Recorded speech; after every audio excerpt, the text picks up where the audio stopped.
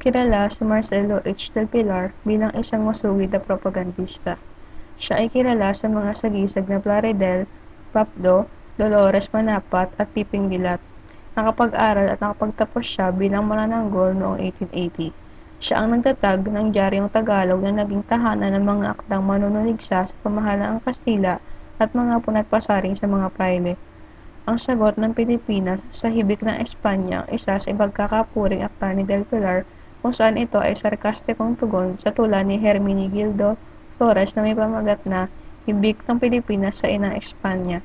Ang layunin ng dalawang tulang ito ay pag-alabin ang mga damdamin ng mga Pilipino sa paghahayag ng mga kwento, impormasyon at komentaryo tungkol sa katiwalian ng mga prayle.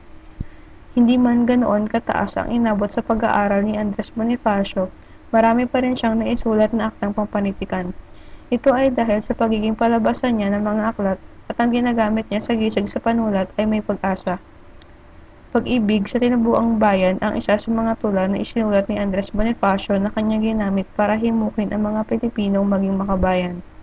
Sa tulang ito, pinatunayan niya na bagamat mas magaling siyang mandirigma kaysa manunulat, kaya niyang gumawa ng isang tula para sa kanyang minamahal na bayan. Created using Powtoon.